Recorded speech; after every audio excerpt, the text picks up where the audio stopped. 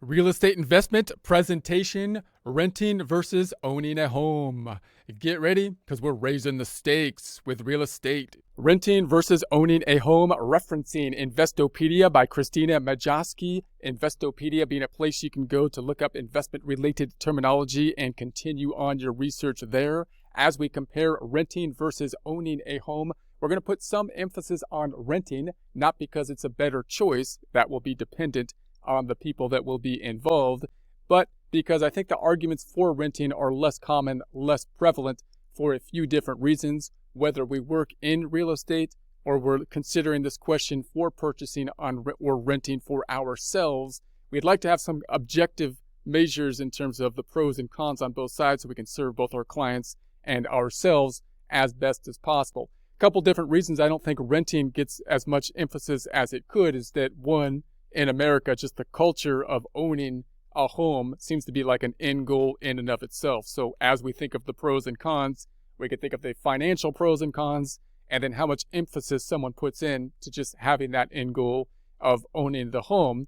And then two, there's going to be a lot of people involved, of course, in the real estate transactions. We might be working in the real estate transactions if we're doing business and thinking of buying or renting, and we're talking to people that are going to make money, of course, through the processing and the selling of the real estate, then their opinion might be somewhat subject to that, given the fact that they work in the industry, and therefore their arguments might lean, of course, towards the selling in that case. So if we work in the industry, we want to be able to present, of course, both sides. If you're looking into ownership or renting, you'd like to be able to measure it objectively.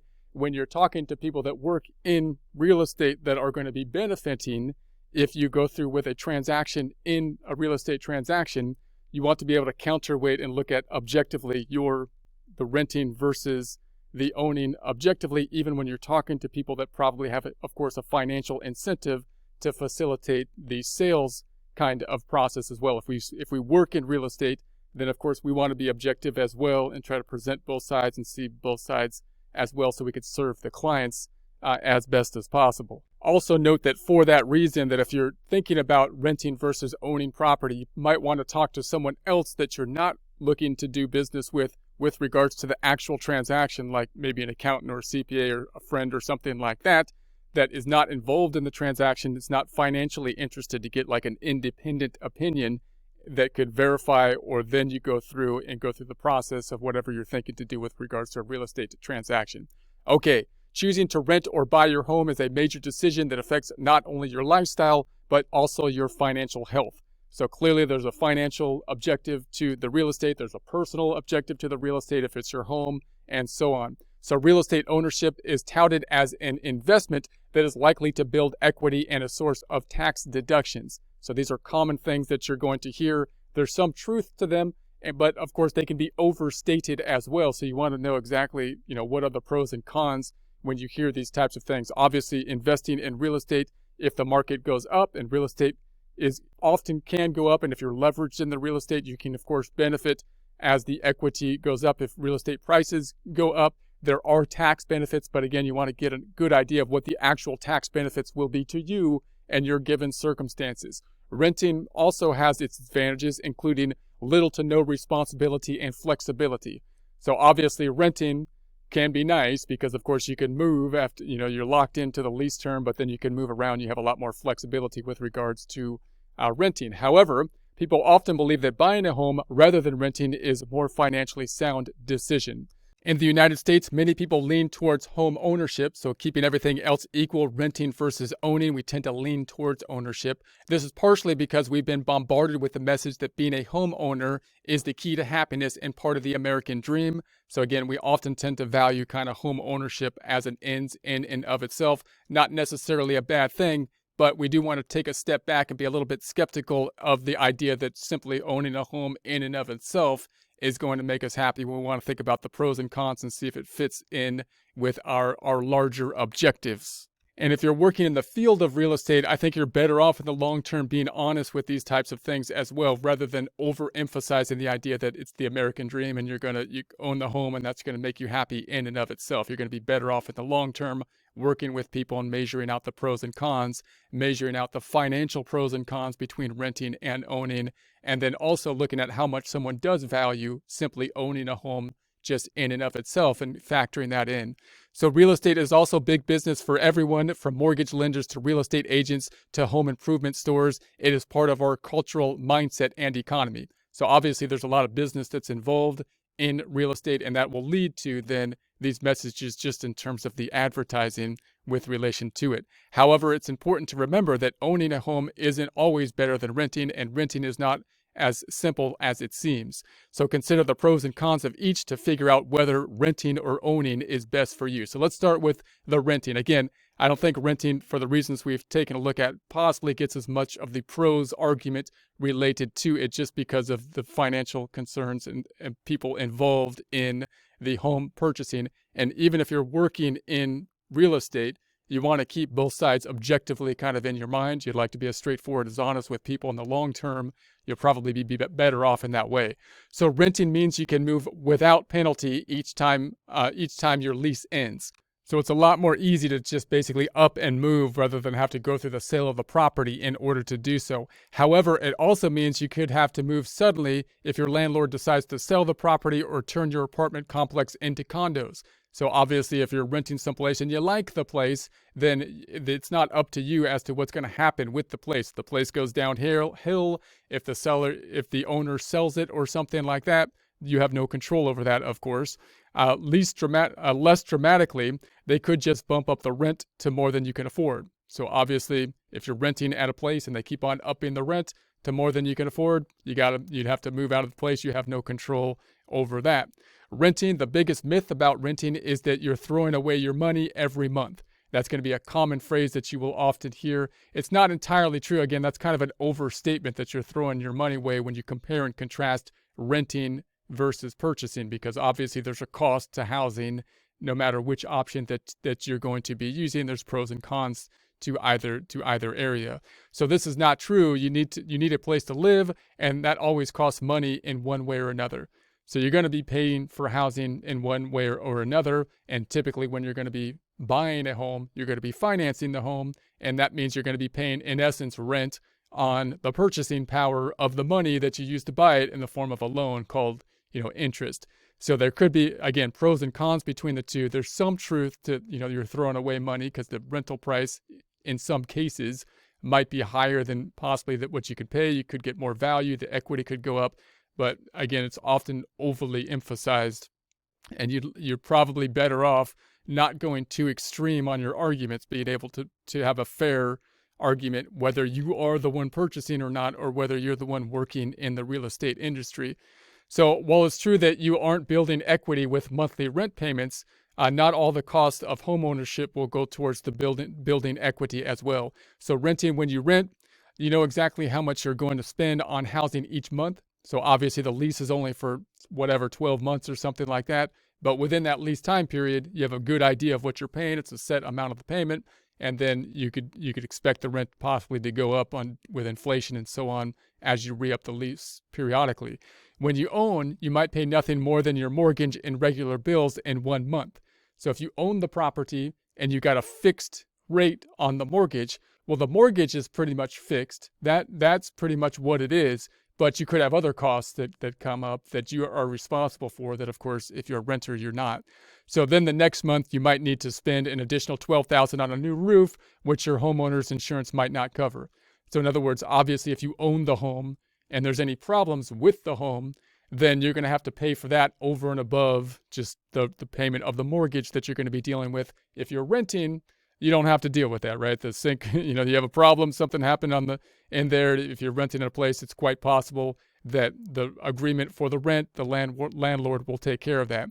Well, you might be temporarily inconvenienced by a leaky roof as a renter. It's unlikely you'll ever have to pay to replace your roof when you rent. So when you rent, the roof goes down or something like that, not really your problem. You call it in, you complain, and hopefully they fix the roof. And if they don't, then you have the option of moving after the lease term is up or something like that and finding a better place.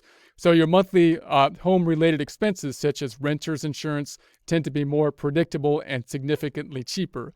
So when you look at the actual costs of home ownership versus renting, you can weigh out the pros and cons, which is higher and lower. But with home ownership, it's a lot more difficult to know exactly what's going to happen due to the fact that there's going to be upkeep on the home, which you're not responsible for as the renter. So you got a bit more consistency renting. As a renter, you face unpredictable rent increases each time your lease is up for renewal, unless your apartment is in rent-controlled area.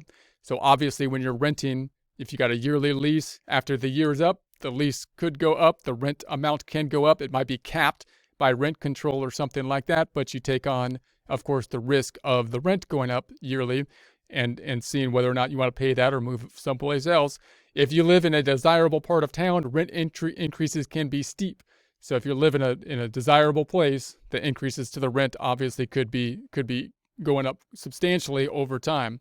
So in contrast, if you get a fixed rate mortgage, your monthly house payments will never increase, though property taxes, insurance premiums probably will. So if you know exactly where you want to be, you're saying, I'm going to put my roots down right here, and I want to, lock down this place, and you lock down the mortgage at that place, then of course that could be quite good over time, especially if prices go up, if it continues to be a more desirable place over time because you've locked that down. However, as things become more desirable, there still probably will be increases in things like property taxes and insurance premiums. Renting, while home ownership is often touted as a way to build wealth, your home can lose value as well. So clearly, when you own a home, one of the benefits of owning the home is that the value of the home could go up, and the fact that you leveraged it, you took out a loan to purchase it, and could mean that you have more invested than you would otherwise be able to. And if the equity in the home goes up, that could be good, right? That could be increasing the home value, but it's not necessarily required that it's going to go up in value. And of course, there's other costs that you need to take into consideration as opposed to simply, the loan amount. So the acceptable neighborhood you move in could decline. So obviously, when you move in, you're locked in to where you are. So that's going to be part of the pros and cons. You're trying to build the equity in that particular area. That's not simply dependent on you. It's dependent on, the externalities of the things that are going to be happening around you. So if you purchase a place in some place and something, the politics get crazy in that place and the neighborhood declines or something like that, then your home is there, and obviously it could go down in value. A major employer could leave the area. So if you're living in an area where many people are working at one particular place, and that place happens to leave, then that could be a problem. When you're investing in real estate, these are some factors you'd want to consider as well. Is this a place that's dependent on one particular employer? If that is the case, then there's risk that's involved in there. And if you're doing this for investment purposes, you could try to determine whether or not you're at a place that's on the rise, or whether you're looking at a place that's dependent too heavily on one particular company or something like that. A major employer can leave, causing significant population decline and surplus of housing. Alternatively, there could be residential construction boom, which could also keep prices down. So when you're purchasing a home, people actually have an incentive once the home has been purchased to stop more construction, because if more construction happens, there's more homes available, and that will, because the supply goes up, it'll lower the price of your home, and you've already got the home. So once you buy the home, oftentimes the trend seems to be people buy a home in a community that's a good place. They've climbed up the pole already, then they grease the pole by stopping further construction, right? Stopping further construction, limiting the supply, increasing the value of your home that you've already purchased. So if there's an alternatively, if home construction just increases all of a sudden, then your housing price could go down. Now, if you're already locked in, you're paying for the home, you're happy with the place, and so on, the fact that the value of your house goes up or down may not be a big deal because you bought it to live in, and you're happy that you're getting the value out of it. But just in terms of the equity or the investment side of things, then people have an incentive to stop construction. They're going to say, hey, there's a endangered, worm that lives over there. You can't build anymore or something, right? They set up zoning restrictions and stuff to increase the price of their property that they've already bought, right? So you might buy a house for $200,000 tomorrow, and in 30 years find it still worth $200,000, meaning you lost money to inflation. Now, again, if that actually happened and you purchased a house for $200,000, and then 30 years later it's worth $200,000, and you paid for the home and all that kind of stuff, you may not have earned money, and that's kind of depressing over that amount of time in terms of the increase in the value of the home. But if you're happy in the home and the mortgage on the home was good, you locked in where you want to be, you put the roots down right there, and that's where you wanted to be, and you were able to make the payments, then I don't see that as really a bad deal. But again, if you're looking at just simply the equity in the home, then you've got, you could end up selling the home and it didn't go up in value, right? So another bit of misleading conventional wisdom: get a mortgage and get the tax deduction. So this is another thing. You got to be really careful of what exactly are they talking about with the tax deduction. How much of a tax deduction would there be to you? And one, the tax deduction often is going to be built in kind of to the price of the home, because we're in a capital market. If it's a market and people are getting a benefit from tax deductions, then they're probably going to increase the price, because that will be just factored in, into the equation generally. And two, the amount of the deduction depends on your particular circumstances. So true, the home mortgage interest deduction reduces your out-of-pocket expenses for mortgage interest early in your loan term, as long as you're itemizing. So this is a key term of itemizing. You got to say, am I currently itemizing? Your itemized deductions need to be higher than your standard deductions in order to itemize.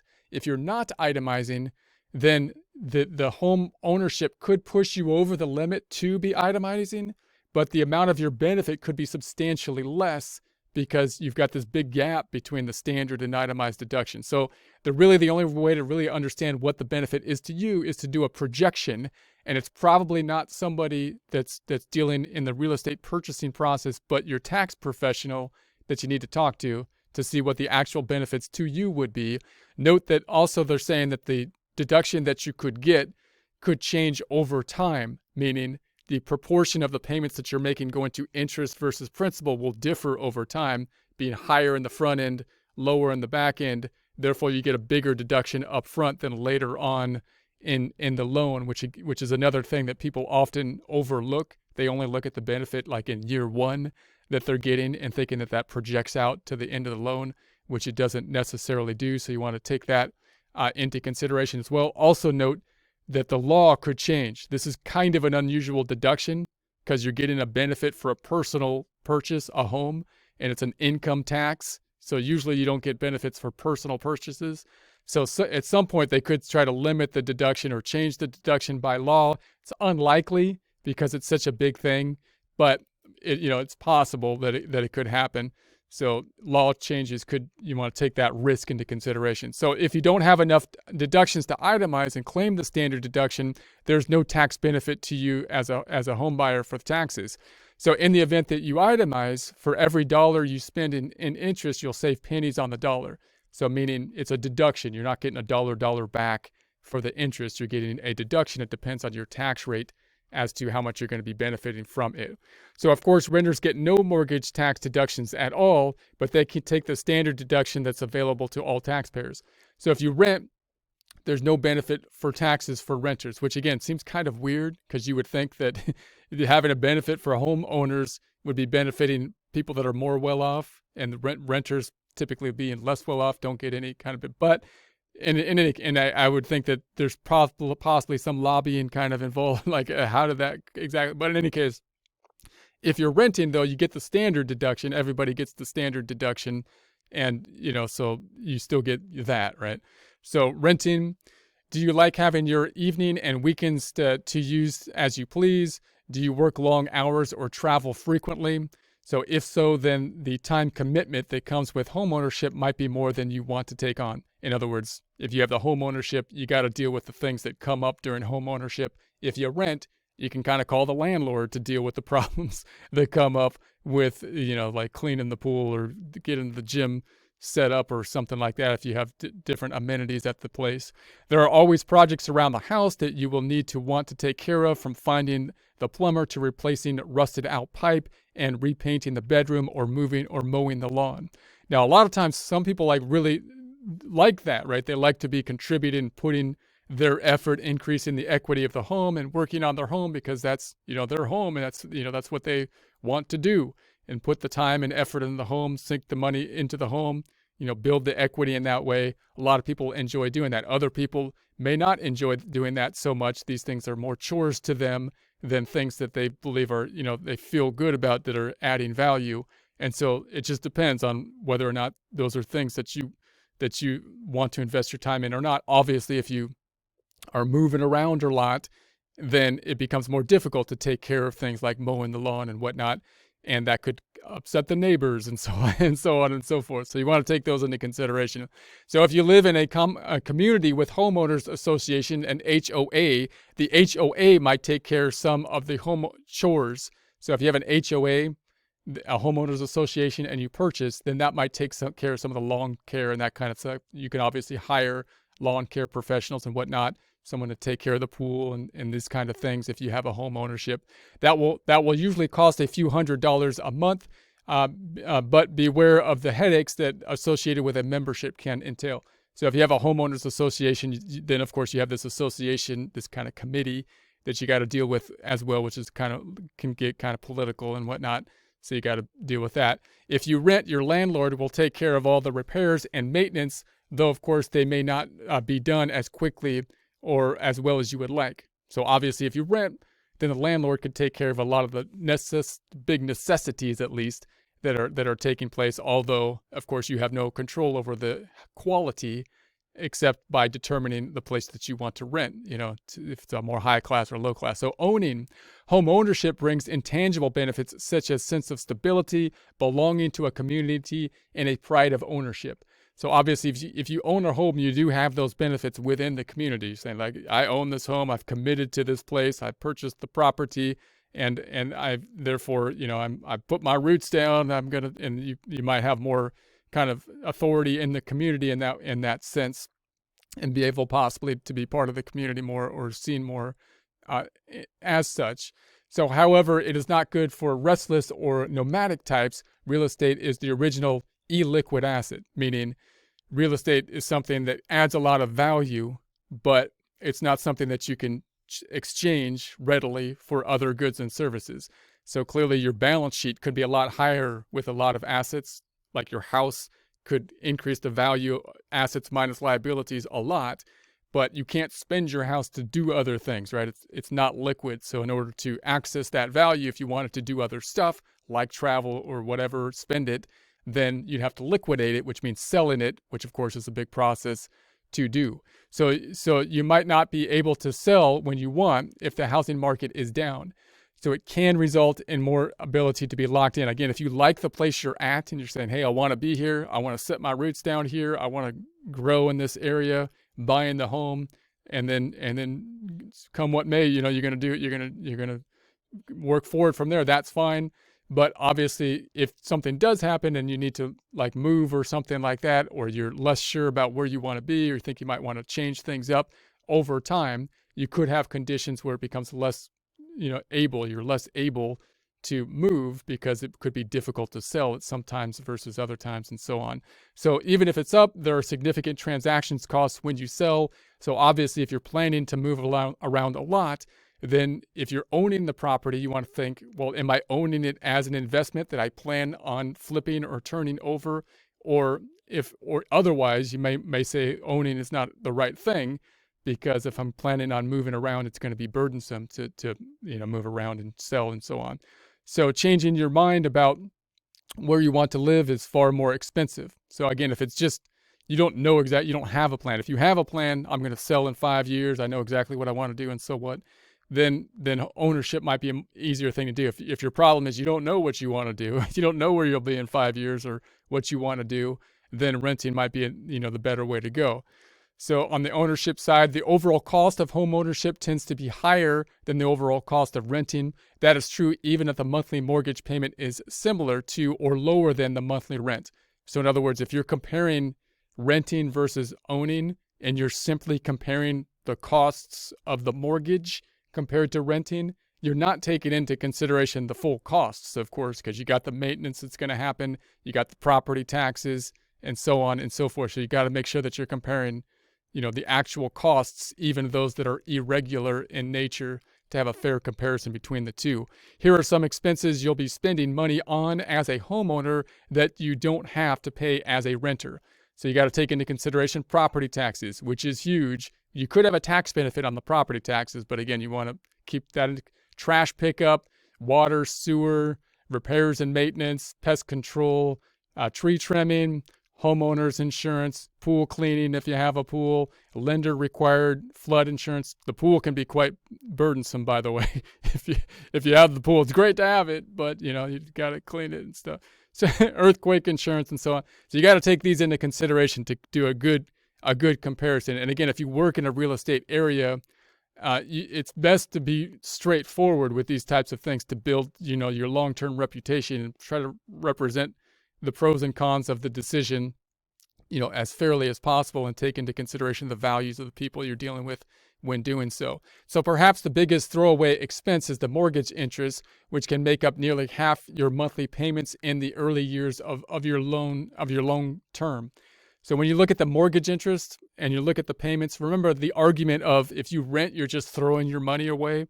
Well, when you purchase the home, you're still renting something generally, because if you have to take the loan out to finance the home, you're basically renting the purchasing power of that money, and you're paying it back in the form of interest. Interest is basically rent on the borrowed or purchasing power of the money, and that money's still kind of like thrown away because it's not going to go down to the principal. You're purchasing something over the value, and so you still have that kind of component. And that interest versus the principal will change over the life of the loan.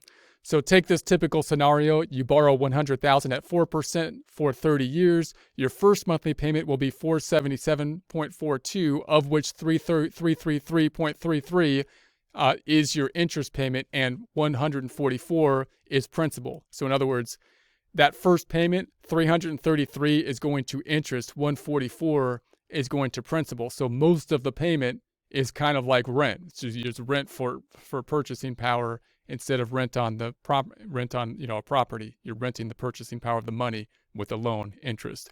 It will be about 13 years before of your monthly payments goes towards the principal, then towards the interest. So as the loan passes, this relationship actually flips at some point. So after like 14 years, you're going to be paying more of your monthly payment, the $477, to principal rather than interest. So in total, you'll spend $71,869.51 in interest, though admittedly, you'll recoup some of that in tax deductions if you can itemize. So even renovation projects don't often increase your home's value by more than what you spend on them. So if you're putting money in, if you're a professional at it and you're saying, hey, I'm going to purchase a home, I'm going to fix it up, I'm going to flip it, I know what I'm doing, I know how that works, then you can make money, of course, that way. If you're not experienced with that, then of course, oftentimes you're going to be renovating, putting value into the home, possibly for your own purpose, for your own use, for your own consumption, and it might not increase the home, as much, depending on what those renovations will be. And again, that will depend on what your goals are. Are you owning the home for your purpose? Then I'm going to do what I want to do to live in it, to make it the way I want it to make it. And if that increases the value, fine. If you're purchasing it for an investment and flipping, then you're trying to renovate it in such a way that it does increase the value to others so that you can sell it. So on average, you'll get back 66 cents for every dollar you shell out on home improvements projects, according to Remodeling Magazine. The projects that recoup the most are not glamorous things you'll be excited about. So oftentimes the things that increase the property may not be the things that you're most interested in with the remodels. So the best return, and the only one of the remodeling's list that comes close to recouping its entire cost, comes from replacing the garage door. Well, that's a good one. Special considerations. Which option is best for you isn't just about money. It is also about comfort and your vision for your life. So again, if you're in if you're making this decision for yourself or you're in the real estate market in some way, that's what you'd like to get an understanding of with the client or of yourself, so that you can be as straightforward with these kind of pros and cons as you can. Ignore people who tell you that owning always makes more sense in the long run, or that renting is throwing away money. So either of those stances, when you take the polar stance on one side or the other, usually are not beneficial. And if you work in the area of real estate and you take, for example, the stance that owning is always the superior choice, then you might have people feeling that you're not as genuine. You're probably do well. You could do well with that stance, but you might also have a lot of people saying, I don't feel like they're being completely honest, right? It might be better in the long term to say, hey, these are the pros and cons. It's best in certain circumstances, and then list out those circumstances and so on. Also, disregard those who say that it makes more sense to buy if your monthly mortgage payments would be the same or less than your monthly rent payments. Housing market and life circumstances are too varied to make blanket statements like these. So any kind of statement that's the way it is, one way or the other, ignoring just a multitude of factors that are involved, is probably not good.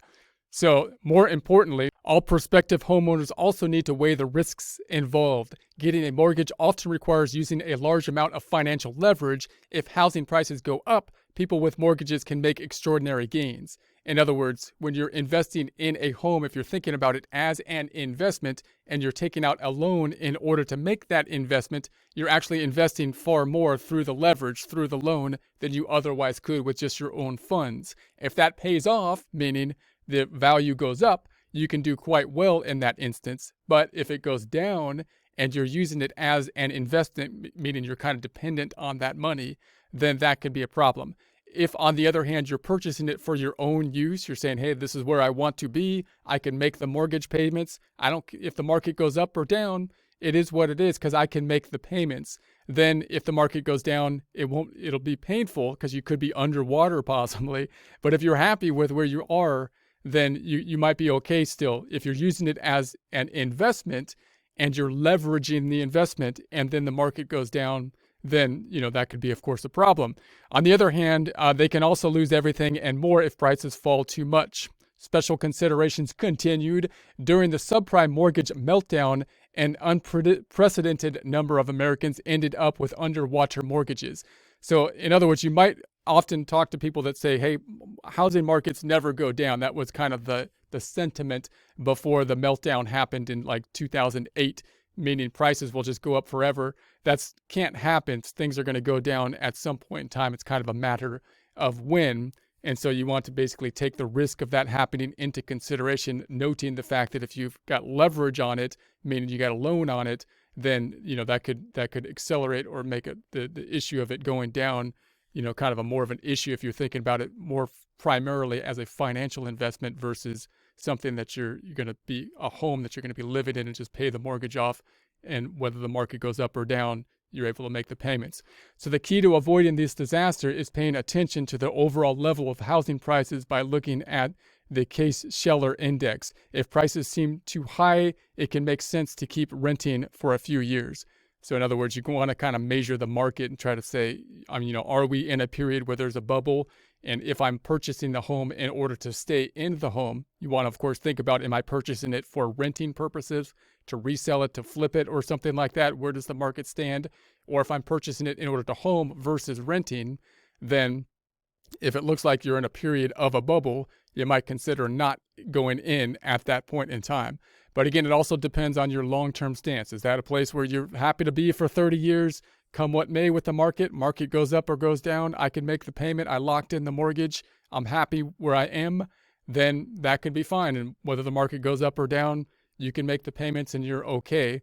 If, on the other hand, it's more of an investment kind of stance for it, and you want to make sure if the market goes down, then it's going to cause you a problem, especially if you have an adjustable rate mortgage or something like that, then you want to consider those risks that would be involved. Still, despite the risk, added expense, and extra chores associated with owning a home, many people choose it over renting. It provides a more permanent place to raise children. It is also frequently the only way to have or create the sort of residence people want. Ultimately, the decision to rent or own is not just financial, it is also an emotional decision. Referencing once again Investopedia, a place you can go to look up investment-related terminology, continuing your research from there. Renting versus owning a home, What's the Difference by Christina Majoski, reviewed by Leah E. Aradu on May 31st, 2021. Note that as time passes, you might want to look at the terms in Investopedia and see if they have updated them as time has passed.